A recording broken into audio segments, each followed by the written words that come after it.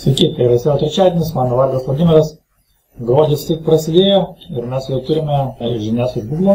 Gruodžio 3 dieną buvo išleistas Google algoritmo atnaujinimas. Pažiūrėkime tai iš arčiau. Čia yra pranešimas iš Google.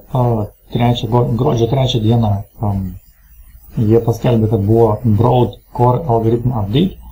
Tai labai svarbus algoritmo atnaujinimas, kuris pavadintas December Core Update. Iš tikrųjų, jeigu pažiūrėti į SEMrush Sensor, tą dieną kintamumas, arba angliškai SERP volatility, šoktelė iki virš 9.4 buvo tą dieną, kai 10 yra aukščiausias balas.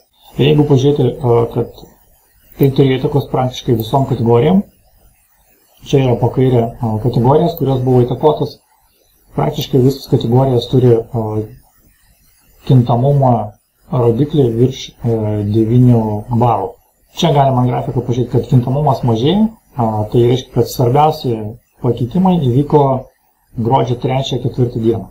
Iš tikrųjų, kol kas yra mažai informacijos iš Google, kas tai buvo per atnaujinimas ir kokią įtaką turėjo, be to, kad labai daug kas prarado reitingus.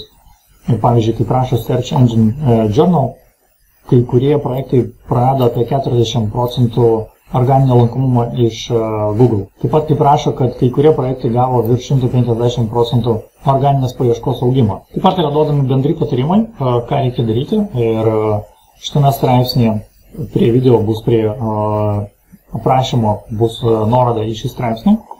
Ir taip pat yra rekomenduojama imtis tam tikrų veiksmų, čia iš Google yra patarimai, į bendras Google rekomendacijas apie tai, ką reikia daryti, jeigu, pavyzdžiui, projektas nukentėjo nuo vieno ar kito algoritmo atnaujinimo. Ir praktiškai tie patarimai visą laiką užduoda klausimus apie tai, kokios kokybės yra turinys, pavyzdžiui, yra išsamus, ar jis yra geras, kokybiškas, ar jis yra įdomus, ar tai yra, jeigu bendrai galima apibūdinti, ar tas turinys yra naudingas skaitytojai. Taip pat Google rašo, kad būtų galima peržiūrėti savo headingus, puslapio pavadinimus, meta title, greičiausiai čia galima pažiūrėti ir meta description. Yra bendri tokie patarimai, kaip pažiūrėti į straipsnio kokybę arba to turinio kokybę.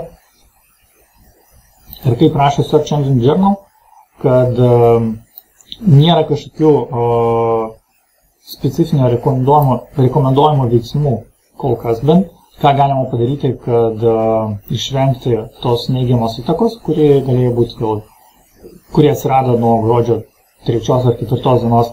Nes dažniausiai Google išleidžia algoritmo atnaujinimą ir jis būna pilnai įsigaliojęs nuo paskelbimo dienos arba kai buvo pradėtas įgyvendinti per 2 savaičių laikotarpį. Tai 2 savaičių laikotarpį mes dar galim pamatyti tam tikrus pakeitimus SERP, tai paieškos rezultatuose.